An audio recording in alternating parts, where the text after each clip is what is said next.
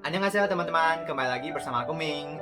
Jadi video kali ini adalah informasi terbaru dari Lee Hyun-joo dan Kwon Mina. Ya udah, mari kita langsung mulai. Di video aku sebelumnya kan aku ada share isi postingan dari seorang netizen yang mengaku dirinya adalah mantan karyawan dari DSP Media. Nah, setelah bocoran itu keluar, banyak netizen Korea yang bilang kalau sebenarnya mantan karyawan itu adalah Nan Ekri sendiri. Jadi dia sendiri yang bikin drama ini. Ini ada beberapa poin yang aku rapikan buat kalian, kenapa mereka bisa bilang begini. Yang pertama itu, kalau misalnya kalian ngikutin April dari awal debut hingga sekarang, kalian pasti tahu foto-foto masa kecilnya dan foto sebelum debut Lee Hyun-joo itu sebenarnya sudah lama tersebar. Dan emang udah cantik dari kecilnya gitu. Ya bukan berarti kalau orang cantik itu gak bakalan melakukan operasi plastik. Tetapi, operasi plastik itu gak ada hubungannya dengan kasus bullying. Yang kedua, netizen yang ngaku sebagai mantan karyawan DSP Media itu, kan dia ada bilang dia sudah mulai jadi karyawan itu sebelum April debut. Berarti udah hampir 7 tahun hingga sekarang ini. Nah, kenapa dia bisa sehafal itu dengan semua isi perjanjian ML-nya Lee Hyun-joo dengan pacarnya? Yang ketiga, di isi bocoran dari netizen tersebut ada sebuah kalimat, di circle sekarang ini sangat kecil. Ibaratnya seolah-olah dia juga berada di circle ini. Oke, mungkin ada netizen yang bilang, ya bisa aja karena dia udah keluar dari DSP Media, tapi dia tetap kerja di agensi media lain. Tapi harus kalian tahu, di Korea situ kalau mereka melakukan pembocoran pribadi dari seseorang, itu bakal dituntut dan identitasnya bakal secepatnya dipublish. Jadi kemungkinan dia kerja di agensi lain itu boleh dibilang sangat kecil. Yang keempat, netizen itu pernah mengancam untuk membocorkan nama asli dari mantannya Lee Hyun-joo. Ya, kalau emang dibocorkan, emang pengaruhnya apa?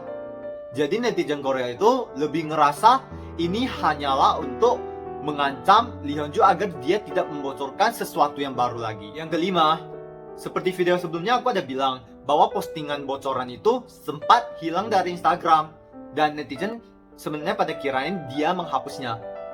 Dan setelah itu sebenarnya dia ada update postingan baru. Tapi di antara itu dia pernah ada komen begini, kenapa aku bilang perbuatan ekstrim Lee Hyun-joo itu adalah cara dia berbohong? Karena setiap kali dia bilang mau bundir, malah aslinya dia lagi bareng sama pacarnya. Orangnya nggak datang latihan, malah pergi jalan-jalan bareng pacarnya. Pembocoran aku tentang isi perjanjian ML dia juga hanya untuk sampaikan kenapa dia punya tenaga untuk ML, tapi nggak punya tenaga untuk latihan. Terus katanya agensi maksa kamu untuk tiru suara anak kecil. Hyun-joo, bukannya kamu pernah bilang karena kamu emang cuma bisa keluarkan suara kayak gitu. Makanya pernah juga kamu emosi saat perekaman suara. Aku sekarang bocorkan ini semua bukan demi agensi, melainkan karena aku mengingat kembali masa lalu di mana setiap hari hidup itu kayak di neraka hanya karena kamu. Untuk komen ini ada 3 poin yang sangat aneh. Yang pertama, kalimat kamu nggak datang latihan. Bukankah seharusnya kamu nggak pergi latihan? Jadi seolah-olah kayak dia juga ikut dalam pelatihan itu. Yang kedua, untuk kalimat bukannya kamu pernah bilang kalau kamu emang cuma bisa keluarkan suara kayak gitu, makanya kamu juga pernah emosi saat perekaman suara. Kalimat ini ibaratnya kayak netizen tersebut itu ada ikut dalam proses perekaman suara. Kalau misalnya dia emang hanya seorang karyawan, bukankah kalimat yang tepat itu adalah aku dengar-dengar kamu sempat emosi pas perekaman suara. Yang ketiga, kalimat dimana dia bilang hidupnya itu setiap hari kayak neraka hanya karena Lee Hyun-joo. Harusnya di bocoran kamu itu ada jelaskan kamu diapain sama Lee Hyun-joo sehingga kamu hidupnya itu seperti neraka. Kalau di bocoran kamu itu cuma sekedar oplas, nggak ikut latihan, suka main sama pacar, emang itu bakal bikin hidup kamu seperti neraka gitu. Terus yang keenam, kalau semua yang dibocorkan itu emang fakta, kenapa DSP Media itu nggak bocorkan sendiri dari awal-awal? Harus sampai seorang mantan karyawan yang membocorkan ini semua. Terus kenapa mereka bilang kalau itu sebenarnya adalah Nan April? Karena ada netizen yang membandingkan kesalahan dalam mengetiknya si Nan April dengan netizen yang membocorkan soal ini. Dan pada 27 April, Lee Hyun-joo sendiri melewati pengacaranya juga sudah melakukan tuntut hukum dengan orang yang melakukan rumor gak benar terhadap dirinya. Tapi semua poin yang aku sharing itu hanyalah tebakan dari netizen Korea. Jadi kalian juga jangan terlalu anggap itu udah faktanya gitu.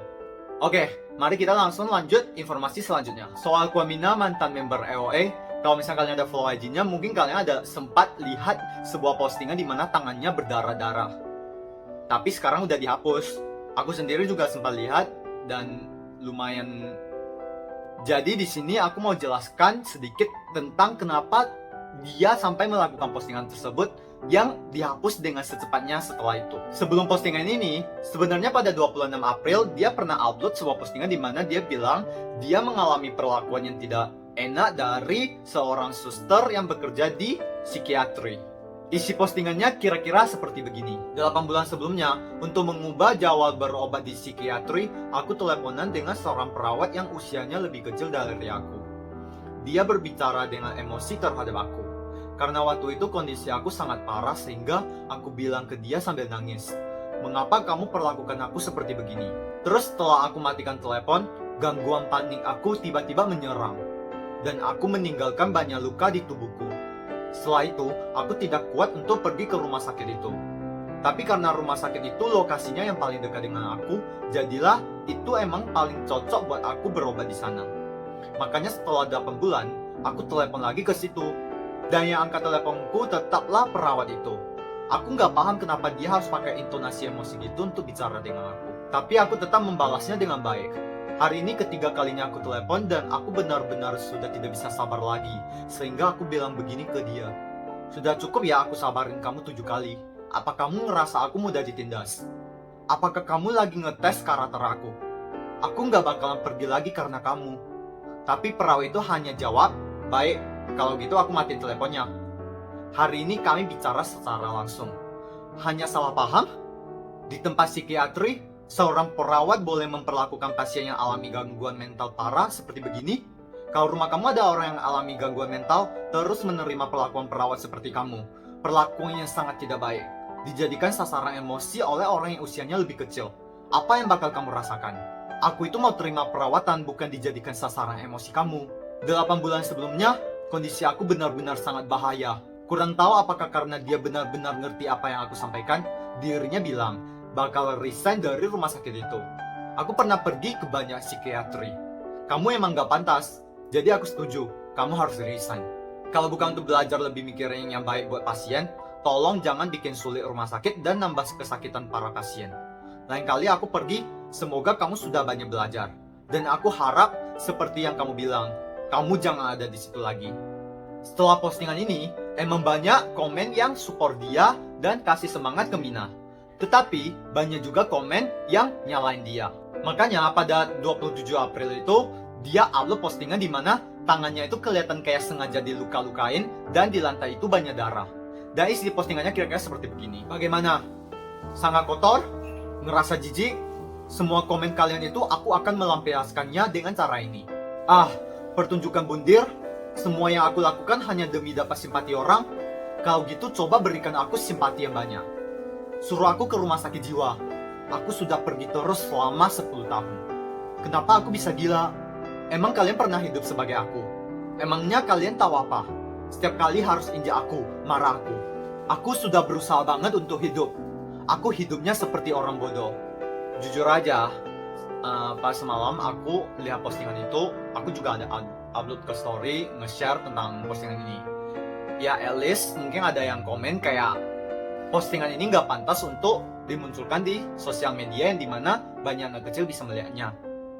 Tapi, bukankah ini juga sebuah sinyal dimana Kwon Mina itu sebenarnya dia butuh bantuan? Dia itu pasti mengalami depresi yang lumayan sehingga dia melakukan hal tersebut. Jadi tolong jangan terlalu meremehkan hal begini. Kalau gak bisa support, gak bisa kasih semangat, aku minta tolong kalian untuk tidak ikut menghujat dia. Soalnya aku tidak pengen kayak kasus Suli, Kuhara terjadi lagi di idol manapun atau artis manapun gitu, karena bulian dari para netizen.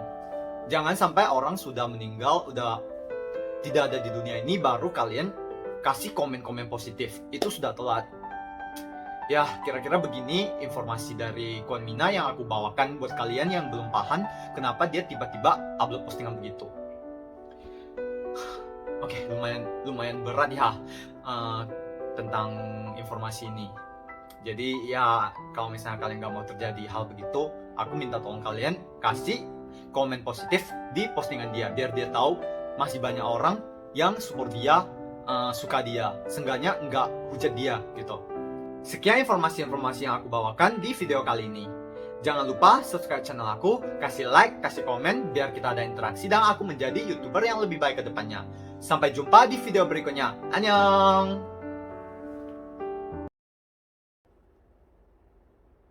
Hah?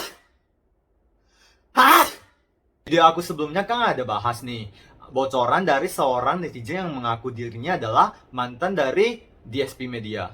Mantan dari karyawannya hilang.